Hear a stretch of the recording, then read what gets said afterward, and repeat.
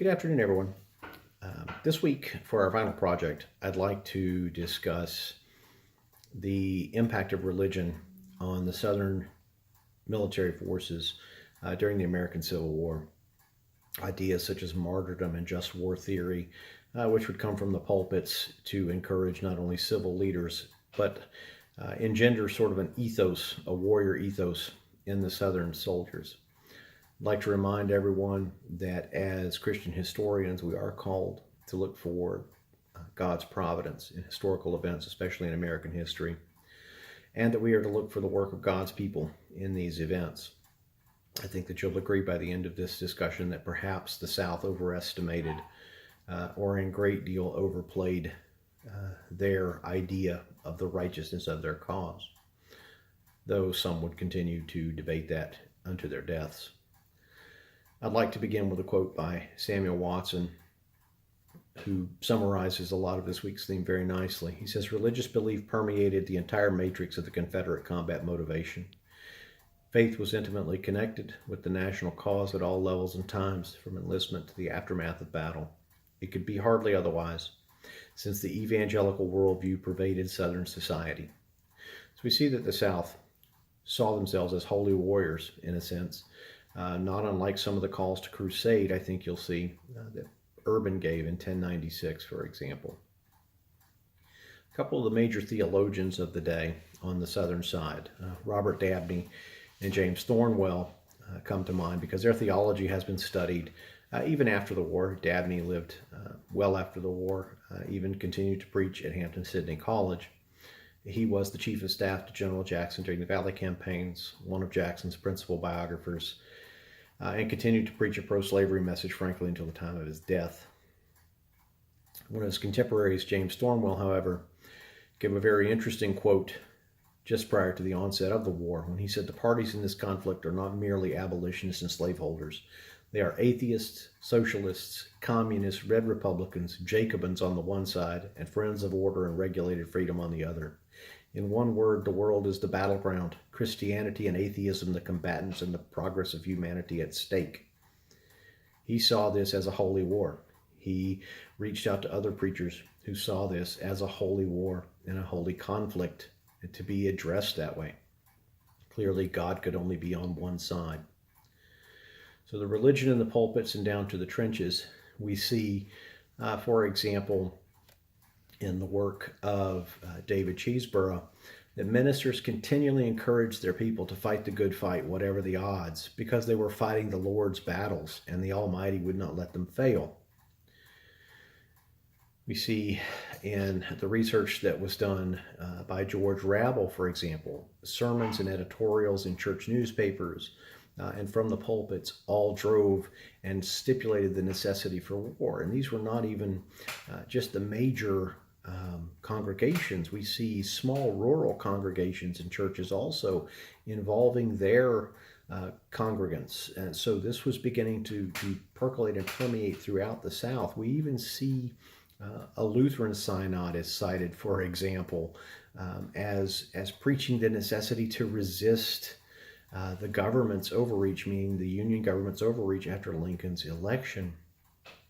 Fuller, in his biography, Basil Manley, points out that the theology that was put forth by Manley and others set a Southern perspective that contrasted Northern religious positions on abolition as good versus evil.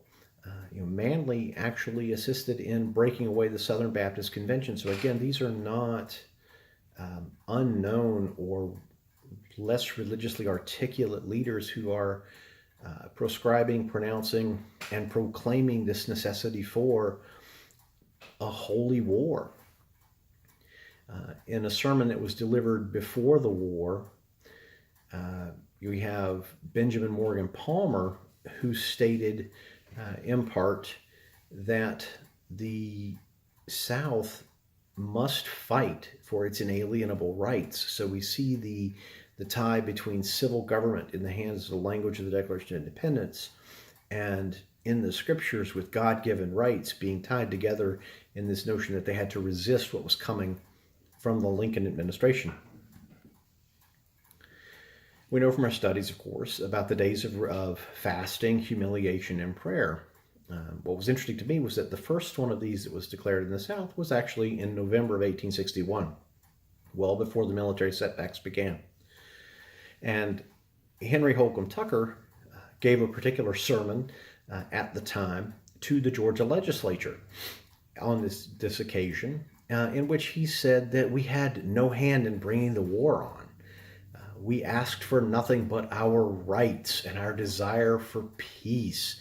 What we cherish were the heaven-ordained institutions that are now denounced. So even though he tied slavery into this, the overarching theme continued on where he discussed these rights, these God-given privileges, and the necessity to resist Northern aggression. Again, in March of 1863 was a second day of fasting and prayer that had been given, ordered by the presidency of the Confederacy. And we see then, again, small rural churches and the larger congregations using scripture to reinforce and to strengthen the desire, the drive, the motivation for war. Interestingly, the Union only responded after this second day of fasting and prayer in ordering a Union Day of prayer and thanksgiving. Some of the sermons were particularly interesting. For example, Reverend Mickelbacher in Virginia went into a synagogue in Richmond. And inside a synagogue, you can imagine it might have been a little awkward, but it was not. The sermon actually thanked the Israelites for their patriotism to the Southern cause and for contributing, even though some denominations had accused them of not or of being Union supporters. Reverend Mickelbacher simply stated that wasn't the case, and he appreciated all the continued support. So we see across confessional lines even this notion of supporting God-given rights and freedom contrasted with what was counter-narratives from the North. Tishner, who is a great historical character, by the way, he fought at the Battle of Shiloh, had to be ordered off the battlefield at one point, but he used that as his motivation when he preached.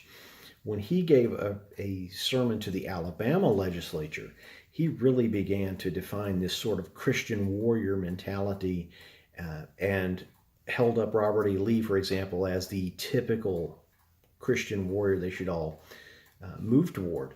He said in part, "I confidently believe that in leading us through this fiery trial, God is preparing a chosen people for a great mission. He wants his people purified." So we see this rhetoric of a crusade, for lack of a better word. And again, here was a man who had been in battle, had fought at Shiloh, had ministered to the wounded, had repeatedly gone out to the battlefield, had to be ordered off preaching this, and many other of his sermons carry similar language and themes. And then we see probably my favorite out of the research that I've done, which was the presentation at Christ Church in Savannah done by the Reverend Stephen Elliott.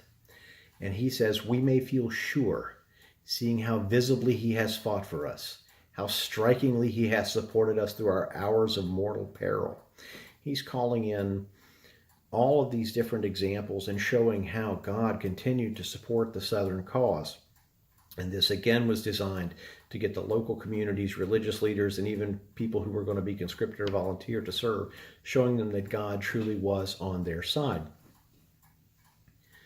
And that feeds into the last part of what I want to talk about today, which is the Southern perspective of religion. So Harry Stout, his research pointed out that nearly 3/4 of all the sermons that have survived to this date throughout the period of the Confederacy were of Thanksgiving, public fasting, and war-related sermons. And the number in print is only a fraction of what actually existed. So there are probably thousands or tens of thousands of different sermons with these common themes. And Stout goes on to point out that from the very beginning, The Confederate States chose the motto Deo Vindici, which is God will avenge, as their motto. So they saw God as being their avenging angel and protecting them. In his work on Confederate morale and church propaganda, Silver points out that no other group besides Southern clergymen were more responsible for creating a state of mind and an idea of Christian manhood and martyrdom than were the religious leaders in their pulpits every Sunday and as they rode their circuits and went to different homes to comfort widows, families, or just to simply preach, have evening dinners, Bible studies, and things like that. And that throughout the war, these clergymen continued this call and this advocation for conflict and this exhortation to do God's work. Wilson's work on Christian soldiers, which he did in conjunction with Dr. Stout, has an interesting essay in which he points out that while there were revivals on both sides of the lines, the Union Army considered the Confederacy to be much more religious, even than their own soldiers. And that this idea of a Southern ethos was largely Christian, and that we have Christian soldiers who are, as Behrens points out, better soldiers, because a religious soldier, a soldier of Christ, knows what his duty is, and created martyrs such as Jackson and others that soldiers could live up to the mythos and the mythology of. And I think we see that in summation, what we have is from the pre-war period, but especially through the war and even to the very end, this continuation of a preaching of divine presence, divine providence, and support for the Southern war effort, that even after the war, we do not see the excorication of religion, but instead we see discussions about where the South lost its faith, where the South, because of sin and failing to follow God's plan, was cost the war. Only much later, after the lost cause mythology grows and wanes, do we see the legitimate criticisms of strategy, tactics, logistics, supply, and I think the beginnings of a frank discussion about hubris come into play. I hope you've all been encouraged to look more deeply into how religion influenced the Southern conduct of the war by this presentation. I have had a great time getting to know all of you this semester, and I wish you all the best in your future endeavors. Thank you for taking time to watch.